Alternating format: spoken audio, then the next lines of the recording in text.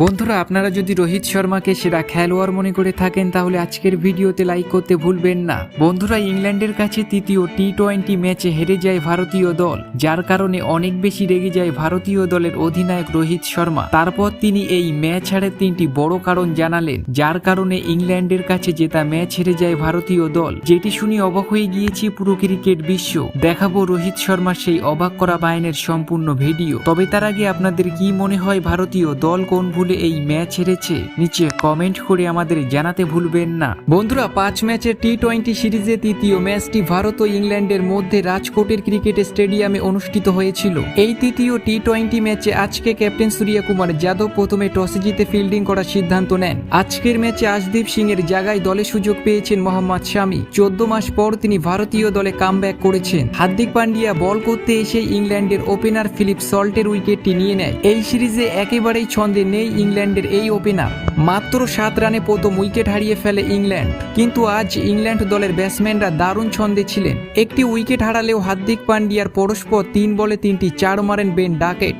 6 ওভারে 52 রান করেছিল ইংল্যান্ড। তারপর 83 রানে দ্বিতীয় উইকেট হারিয়ে ফেলে তারা। বাটলারকে ফেরান আজ বরুণ চক্রবর্তী। আজকের ম্যাচে দারুণ ফর্মে ছিলেন বেন ডাকেট। মাত্র 26 বলে নিজের অর্ধশত রান পূরণ করে নেন তিনি। আজকের ম্যাচে তিনি নিজের টি-20 ক্যারিয়ারে দ্বিতীয় হাফ সেঞ্চুরি করলেন, কিন্তু 51 রানে আকসার প্যাটেলের শিকার হয়ে তিনি প্যাভিলিয়নে ফিরে যান। 87 রানে 3টি উইকেট হারিয়ে ফেলে তারা। আজকের ম্যাচে 12 ওভারে 100 রান করেছিল ইংল্যান্ড। একটা সময় পর মনে হচ্ছিল ইংল্যান্ড দল আজ বড় স্কোর করবে, কিন্তু রবি বিষ্ণু 8 রান করা হ্যারি ব্রুককে প্যাভিলিয়নে পাঠিয়ে দেন। তারপর পরস্পর 2 বলে 2টি উইকেট হারিয়ে ফেলে ইংল্যান্ড। আজকের ম্যাচে দারুণ ছন্দে ছিলেন বরুণ চক্রবর্তী। একাই তুলে নিলেন 5টি বড় উইকেট। নির্ধারিত 20 ওভারে 172 রান করেছে ইংল্যান্ড।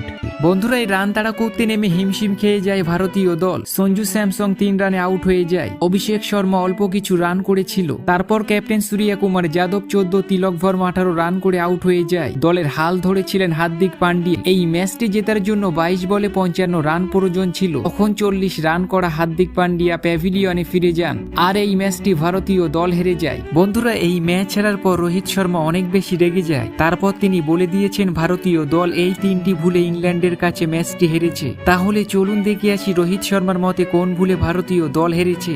রোহিত শর্মা বলেছেন এই ম্যাচ হারের সব থেকে বড় কারণ হলো ভারতীয় দলের ব্যাটিং লাইন আপ। একটা খেলোয়াড়ের উপর কখনো ভরসা করে থাকতে নেই। দ্বিতীয় টি-20 ম্যাচে তিলক ভার্মা যদি ভালো পারফরমেন্স না করতো তাহলে ভারতীয় দল হেরে যেত। আজকের ম্যাচে তিনি রান করতে পারেননি, যার কারণে হেরেছে ভারতীয় দল। আর ব্যাট যদি আজ চলতো তাহলে টিম ইন্ডিয়া অবশ্যই জিততে পারত।